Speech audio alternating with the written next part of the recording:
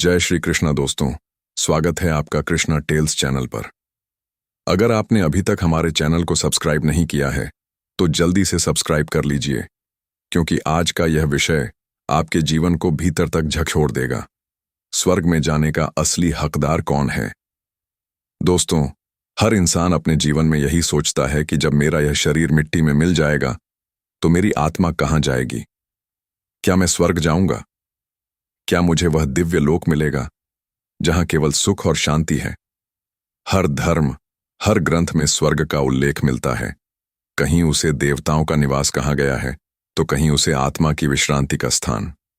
लेकिन असली सवाल यह नहीं कि स्वर्ग कहाँ है, बल्कि यह कि स्वर्ग में जाने का असली अधिकारी कौन है। क्या स्वर्ग में वही जाता है जो पूजा करता है, या वह जो मंदिरों में दीपक जलाता है?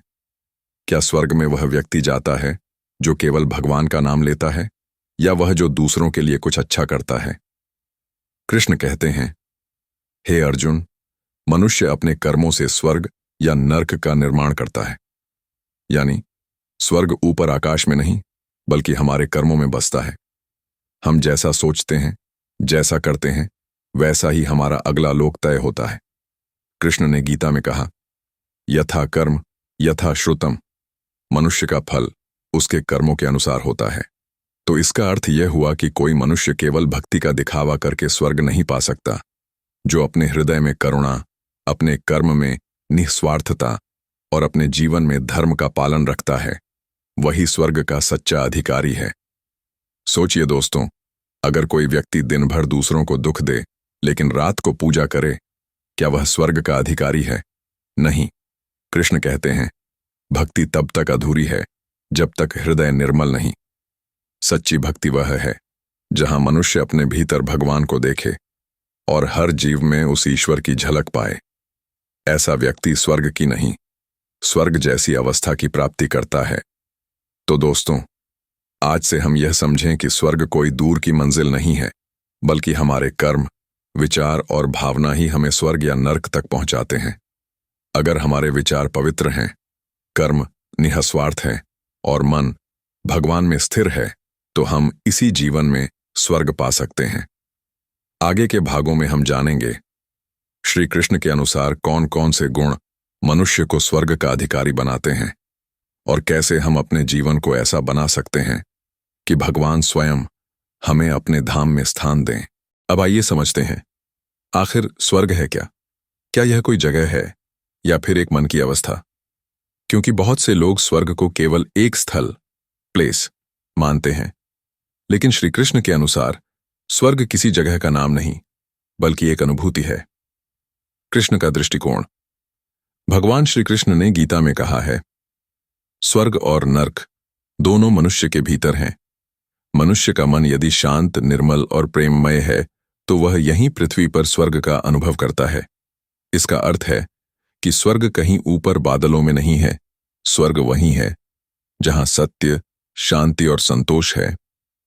स्वर्ग आत्मा की शांति की अवस्था है। कृष्ण कहते हैं, जब आत्मा अपने सच्चे स्वरूप को पहचान लेती है, तब वह हर दुख से मुक्त होकर स्वर्ग की स्थिति को प्राप्त करती है।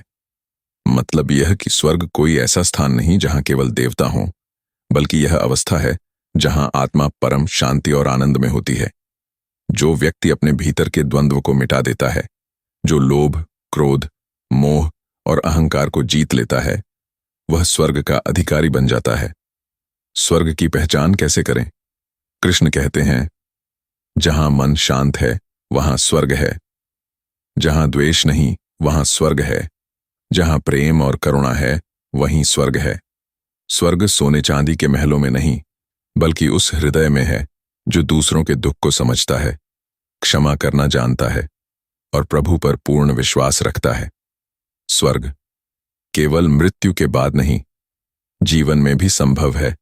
बहुत से लोग सोचते हैं कि स्वर्ग तो मृत्यु के बाद ही मिलेगा, लेकिन कृष्ण कहते हैं, जो व्यक्ति इस जीवन में ही धर्म, प्रेम और सेवा के मार्ग पर चलता है, वह अभी से स्वर्ग में है। मतलब जब मनुष्य अपने भीतर संतोष, प्रेम और भक्ति का दीप जलाता है, तो वह मरने से पहले ही स्वर्ग को जीने लगता है। स्वर्ग का असली मार्ग मन की पवित्रता भगवान कहते हैं, जो मनुष्य अपने विचारों को पवित्र रखता है, अपने कर्मों को धर्म में समर्पित करता है और हर स्थिति में भगवान को याद रखता है, वह स्वर्ग का मार्ग पा लेता है। इसीलिए कृष्ण कहते हैं, स्वर्ग पाने के लिए बाहरी यात्रा नहीं, भीतर की यात्रा करनी पड़ती है। उदाहरण से समझिए, एक व्यक्ति रोज मंदिर जाता था, दान करता था, पूजा करता था, लेकिन लोगों से कठोरता से बात करता था। दूसरा व्यक्ति कभी मंदिर नहीं गया, पर रोज किसी भूखे को खाना खिलाता था, किसी रोते हुए को सांत्वना देता था। कृष्ण कहते हैं, दूसरा व्यक्ति ही स्वर्ग में जाता है, क्योंकि स्वर्ग पाने का असली रास्ता करुणा और सेवा से होकर गुजरता है, न कि केवल पूजा और मंत्रों से। स्वर्ग, भगवान की समीपता की अनुभूति। कृष्ण कहते हैं, जो मेरे प्रति प्रेम रखता है वह स्वर्ग में है, जो हर प्राणी में मुझे देखता है वह स्वर्ग में है। अर्थात स्वर्ग का मतलब है भगवान के समीपता का अनुभव, जहां आत्मा कहे, हे प्रभु, मैं कुछ नहीं, सब आप हैं। वह अवस्था ही स्वर्ग की सर्वोच्च सीमा है। निष्कर्ष, स्वर्ग कोई दूर का स्थान नहीं, वह हमारे भीतर की शांति, प्रेम और भक्ति की अनुभूति है। जो अपने मन को भगवान में स्थिर कर लेता है, वह यहीं इस पृथ्वी पर स्वर्ग का अनुभव करता है। आगे के भाग में हम जानेंगे, श्री कृष्ण के अनुसार कौन कौन से गुण मनुष्य को स्वर्ग का अधिकारी बनाते हैं, किन कर्मों से आत्मा स्वर्ग के द्वार तक पहुंचती है। स्वर्ग कोई जगह नहीं, बल्कि आत्मा की शांति और भगवान के समीपता की अवस्था है। अब इस भाग में हम समझेंगे कि भगवान श्री कृष्ण के अनुसार कौन कौन से गुण ऐसे हैं जो किसी मनुष्य को स्वर्ग का सच्चा अधिकारी बनाते हैं। कृष्ण ने गीता में स्पष्ट कहा है, मनुष्य अपने गुणों और कर्मों से ही अपने लोक को निर्धारित करता है। यानी जो व्यक्ति अपने अंदर दैवी गुणों को धारण करता है, वही स्वर्ग का अधिकारी होता है। एक सत्यप्रिय व्यक्ति, सत्य ही धर्म का आधार है। कृष्ण कहते हैं, सत्य को कभी मत त्यागो, चाहे संसार तुम्हारे विरुद्ध ही क्यों ना हो। सत्य बोलना केवल शब्दों की बात नहीं, बल्कि यह जीवन का आचरण है।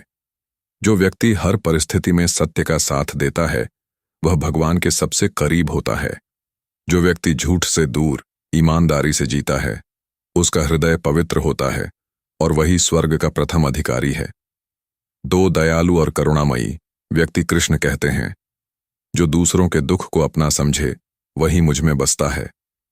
जो मनुष्य किसी जीव को दुख नहीं देता, जो छोटे बड़े अमीर गरीब सभी में ईश्वर को देखता है, वह व्यक्ति अपने जीवन में ही स्वर्ग की सीढ़ी चढ़ता है। दयालु हृदय में भगवान का वास होता है। जिस हृदय में करुणा है, वह स्वर्ग से भी अधिक पवित्र है। तीन सेवाभावी व्यक्ति, कृष्ण कहते हैं, जो दूसरों की सेवा करता है, वह मेरी सेवा करता है।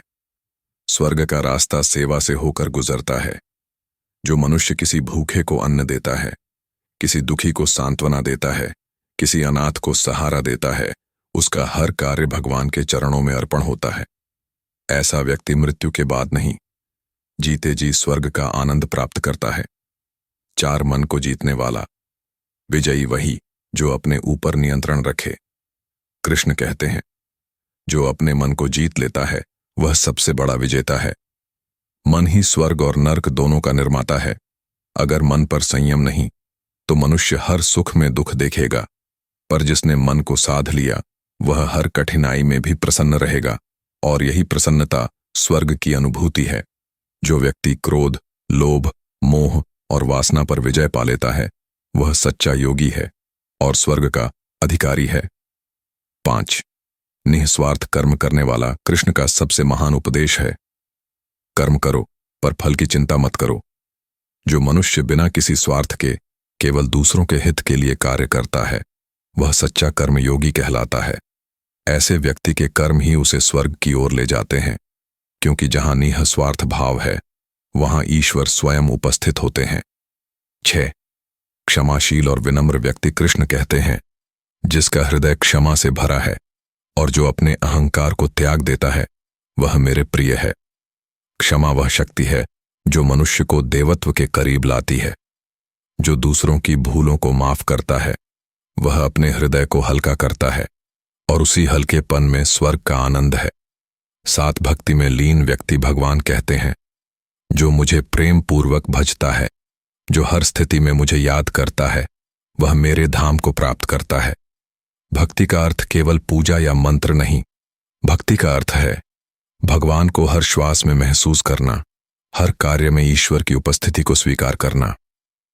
जो व्यक्ति सच्चे प्रेम से भगवान को याद करता है, वह मृत्यु के बाद नहीं, अभी इसी क्षण स्वर्ग में होता है।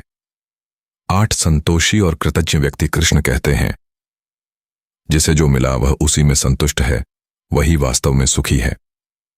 जो व्यक्ति हर स्थिति में धन्यवाद देता है, हे प्रभु, जो दिया वही बहुत है, कहता है, वह व्यक्ति संसार की भटकनों से मुक्त हो जाता है। जहां लालच नहीं, वहां शांति है। जहां शांति है, वहां आनंद है, और जहां आनंद है, वहीं स्वर्ग है।